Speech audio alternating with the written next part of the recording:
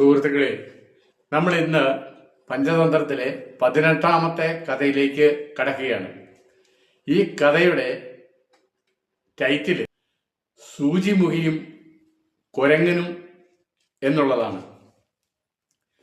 ഒരിടത്ത് ഒരു വനത്തിൽ സൂചിമുഖി എന്നൊരു പക്ഷി ഒരാൽമരത്തേൽ താമസിച്ചിരുന്നു.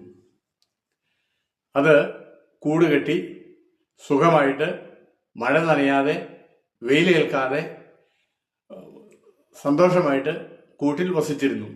മഴക്കാലം വന്നു, തോരാത്ത മഴ, തണുപ്പ്.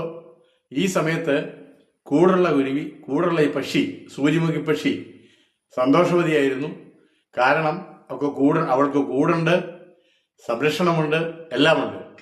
അങ്ങനെ കൂട്ടിൽ സുഖമായിട്ടിരിക്കുമ്പോൾ കനത്ത മഴയത്ത് ഒരു കുരങ്ങൻ തണുത്ത് വരച്ചുകൊണ്ട് ആ മരത്തിന്റെ ചുവട്ടിലെത്തി. തണുപ്പ് സഹിക്കാതെ അവൻ തീ കൂട്ടാൻ ശ്രമിച്ചു. തീ കൂട്ടാനായിട്ട് കുറെ വിറക് ചുള്ളികളൊക്കെ കൊണ്ടുവന്ന് അവൻ സംഘടിപ്പിച്ചു കൊണ്ടുവന്ന് മഴ നനയാത്ത രീതിയിലൊക്കെ വെച്ചു. തീ വേണമല്ലോ. തീക്ക് വേണ്ടിയിട്ട് നോക്കിക്കഴിഞ്ഞപ്പോഴത്തേക്കും തീയൊന്നും കണ്ടില്ല. കുറെ കഴിഞ്ഞപ്പോൾ അവൻ നോക്കി കുറെ മിന്നാമിനുങ്ങൾ അതിൽ നടക്കുന്നുണ്ട്.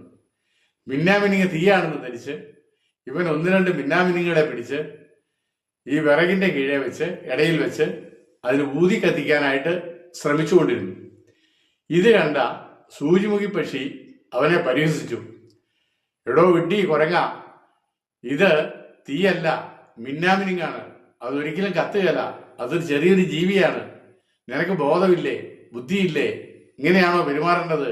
നേരത്തെ നോക്കണമായിരുന്നു. മഴ വന്നപ്പം തീ ഉണ്ടാക്കാൻ ശ്രമിച്ചാൽ തീ ഉണ്ടാക്കാൻ സാധിക്കല. മിന്നാമിന്നിയെ വെച്ച് ഊതിയാൽ എവിടെയെങ്കിലും തീ ഉണ്ടാവുമോ? ഇത് കേട്ട് പിന്നെ അരിശം വന്നു. അവൻ പറഞ്ഞു, മിണ്ടാതിരിക്കടി എന്ന് പറഞ്ഞു.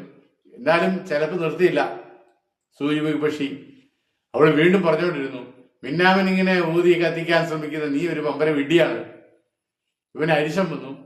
അപ്പൊ കൂട്ടത്തിലുള്ള ഒരു പ്രായമായ കുരങ്ങൻ അവൻ ഈ സൂചിമുഖി പക്ഷിയെ ഉപദേശിച്ചു. അതെ, പ്രവർത്തനത്തില് കൂടെ തടസ്സം നേരിട്ടുകൊണ്ടിരിക്കുന്ന ഒരാളെ ഉപദേശിക്കാൻ ചെല്ലരുത്, കുറ്റപ്പെടുത്താൻ ചെല്ലരുത്. അത് ആപത്തുണ്ടാക്കും. അവിടെ അവന്റെ വഴിക്ക് പോട്ടെ, നീ നിന്റെ കാര്യം നോക്ക്. മിന്നാമിനുങ്ങോ തീയോ എന്താണെന്ന് വെച്ചാൽ അവൻ നോക്കിക്കോളും. പ്രവർത്തനത്തിൽ തടസ്സം നേരിട്ടുകൊണ്ടിരിക്കുന്നവനെ, പരാജയപ്പെട്ടിരിക്കുന്നവനെ, ദുഃഖിച്ചുകൊണ്ടിരിക്കുന്നവനെ ഉപദേശിക്കാനും കുറ്റപ്പെടുത്താനും ഗുണദോഷിക്കാനും ചെന്നാൽ അത് ആപത്ത് വിളിച്ചു വരുത്തുകയായിരിക്കും ഫലം. മാത്രമല്ല, ഈ ഉപദേശവും വിദ്യാഭ്യാസവും ഒക്കെ സജ്ജനങ്ങൾക്ക് മാത്രമേ ചേരുകയുള്ളൂ.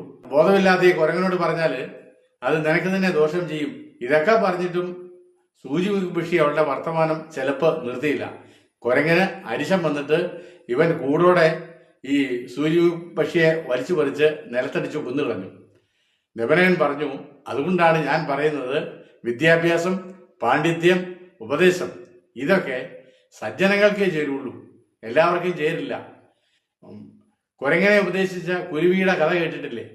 കരടകന്റെ ആവശ്യപ്രകാരം ദമനകൻ ഒരു കഥ പറഞ്ഞു.